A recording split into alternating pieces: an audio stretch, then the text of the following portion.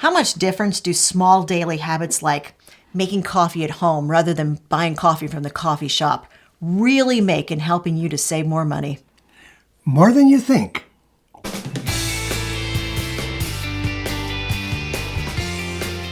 Hi, I'm Larry. I'm Hope. And we're from Under the Median, where practical frugality meets real life. Today we're breaking down small daily choices that can help you to save thousands of dollars over time.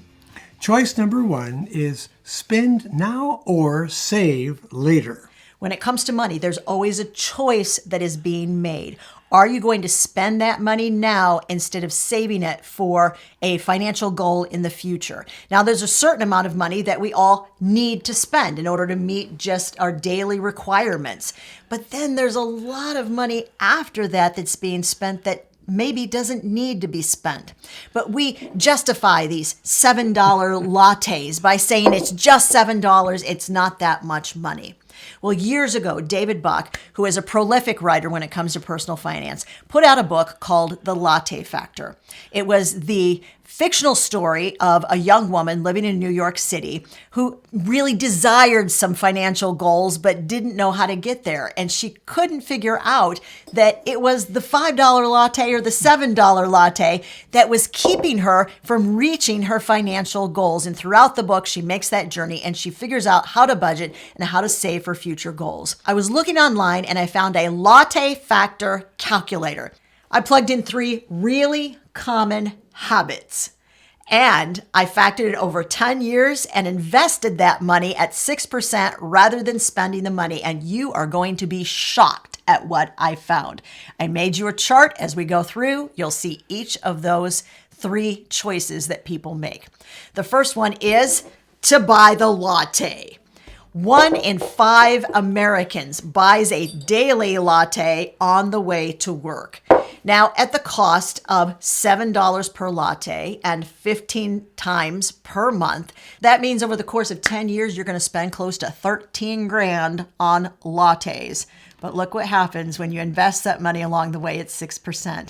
That means you have over $17,000 at the end of 10 years. The next choice is having cable TV. For the average cable TV cost, it's about $100 a month.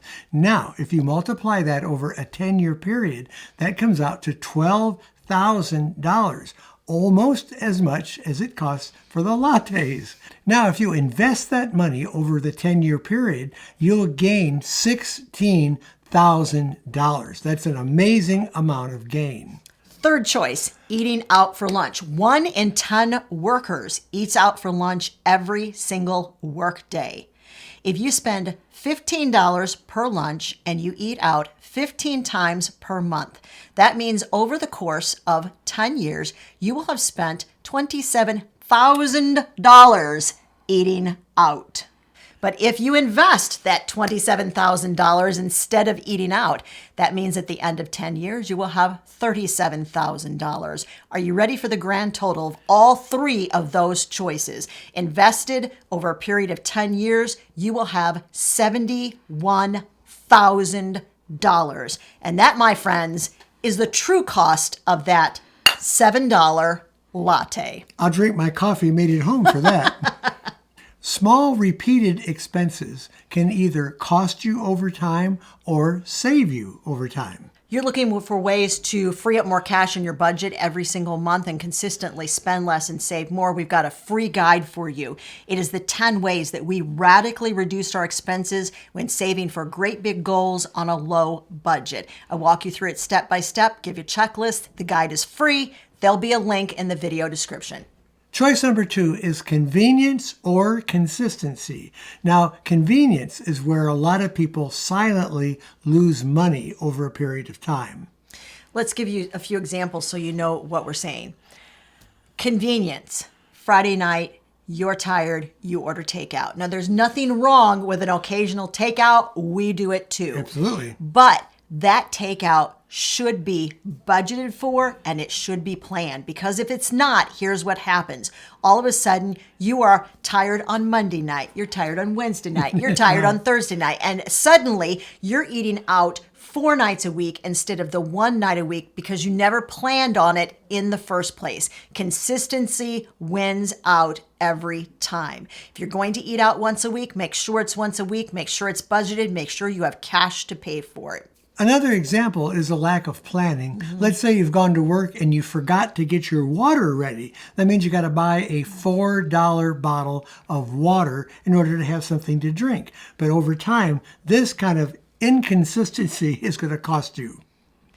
One more example before we move on. Let's talk about things that you know are coming up, but they sort of sneak up on you and you've not planned for them. You're getting ready to go to a friend's birthday party. You've got the gift, you've got it wrapped, and you realize you have no card. Now you have a couple of choices. You can choose to go to the card store and buy one for $5, or you can choose to get out some paper and some pens and some markers and make a lovely little card to stick on the front of that gift. That friend will probably appreciate the handmade card just as much or more than they would have the $5 gift card that you got from the gift store. So you need to make sure that you are planning ahead and maybe you have like a checkbox that you check when you're getting ready to go somewhere. Do you have everything that you need to attend that event? This brings us to choice number 3. This is the choice that helps you to learn to plan and not panic.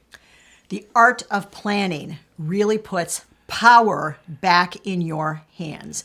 And there is one area recently where we have been planning so we don't panic, and it absolutely put power back in our hands, most literally and figuratively. Has to do with the fact that we have had 4 power outages at our home in the past 4 weeks. Completely unexpected. They've ranged from 30 minutes to 6 hours. And we'd like to thank our sponsor for this video, Opus, because they helped us to plan and not panic for this event because of their great portable power stations. Meet my friend, the Opus Mega 1. The Mega 1 has a 1,024 watt hour battery. It will provide up to 2,000 watts of power with a surge of 4,500 watts. Now, immediately when the power goes out, this is what we grab. And we immediately started plugging the things in that matter most to us. We make sure that we get lights running in the room where we're sitting. We make sure that our cell phone and our computer are both charged up to 100%. We can charge them right here on the Mega 1. Then we start plugging in things like our internet router. We're going to plug in a fan if it's in the summertime. We're going to run all of our lightweight appliances off of the Mega 1. And speaking of lightweight, that's what I like most about the Mega 1.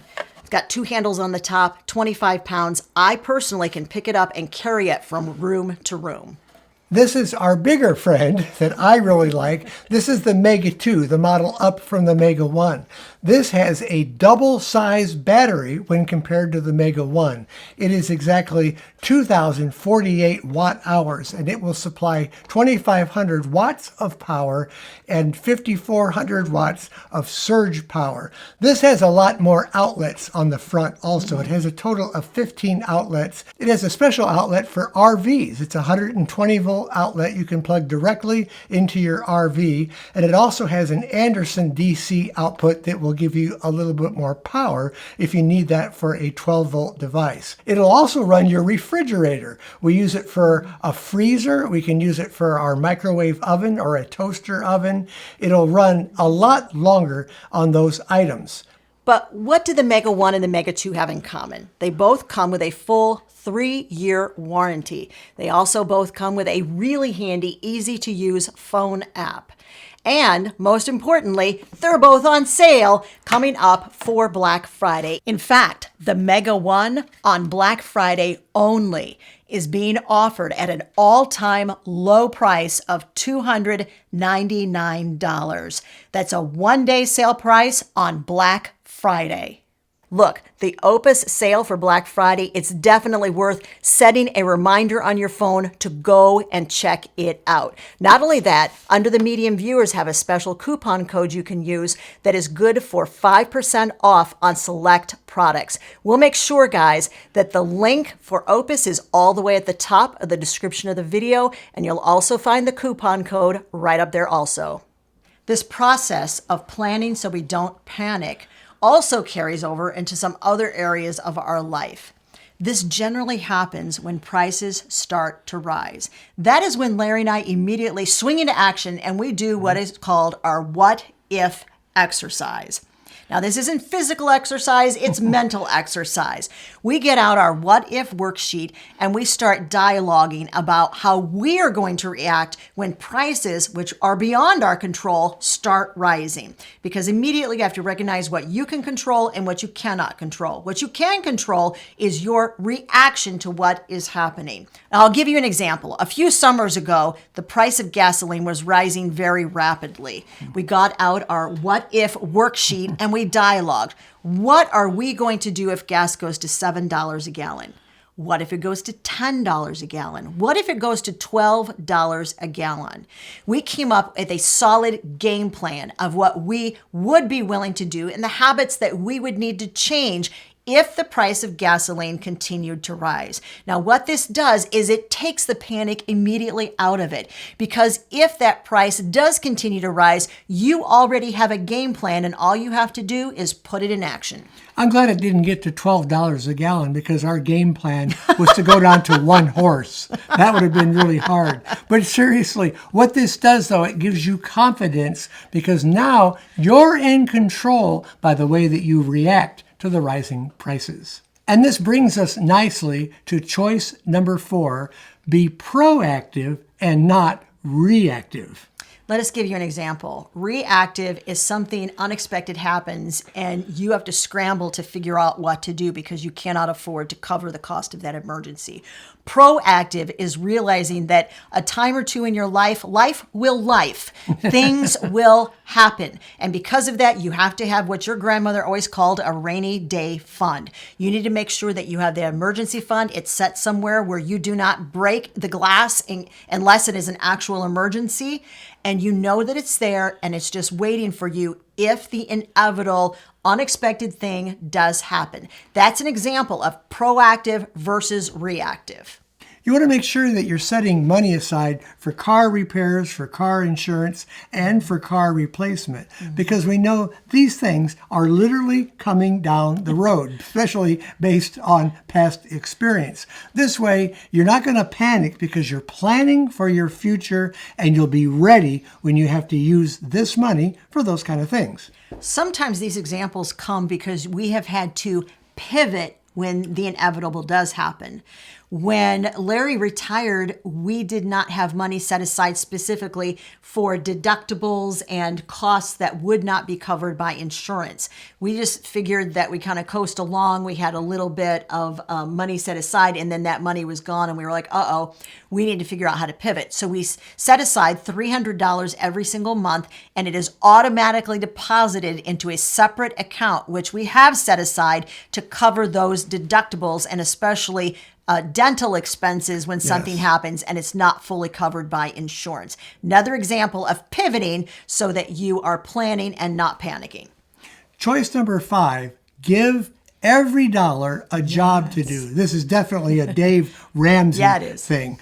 What you want to do is make sure that you're not just saving money for the sake of saving money. You have it planned for what you are saving for. We made this big mistake years ago when we started a major savings operation. We saved up a great deal of money and ended up spending it all on a van because the van cost quite a bit of money. It was a later model vehicle. It had low miles on it. Yes, it was a nice van, but it was more than we needed, and it was definitely more than we could afford. There was other money items that were coming down our path we weren't considering. When we got to those, we weren't quite ready to handle them. And this is why we call this mistake the great big green pile of cash mistake. And we tell you not to make it because we made it. Choice number 6 is instant gratification or lasting savings. We tend to think of gratification, particularly the instant kind, as being something that will fuel our joy in life and keep us going. But unfortunately, what happens, that instant gratification, unless it's been planned for, is a sure recipe for you having to figure out where money is coming from because you haven't set enough money aside for the future. you need to figure out how to make sure that you are seeking gratification in such a way that it's already baked into your budget. The other thing you want to make sure that you do is take those things that, let's just say, for instance, I know I keep going back to eating out because it's the most obvious, methodology of making comparisons, because most people go out to eat. If you are going out to eat and you're thinking, I just got to have that instant gratification of going out to eat every Friday night, pick something that is going to give you that satisfaction but isn't going to cost you the money. For instance, getting together with friends, everybody brings something and contributes to the dinner, going out for picnics, making sure that if you are going out to eat, you're going for an early bird special, or you're going out just to get maybe dessert or just to get coffee. Do a flex and figure out how you can do it without spending the kind of money that you were spending in the first place to do it.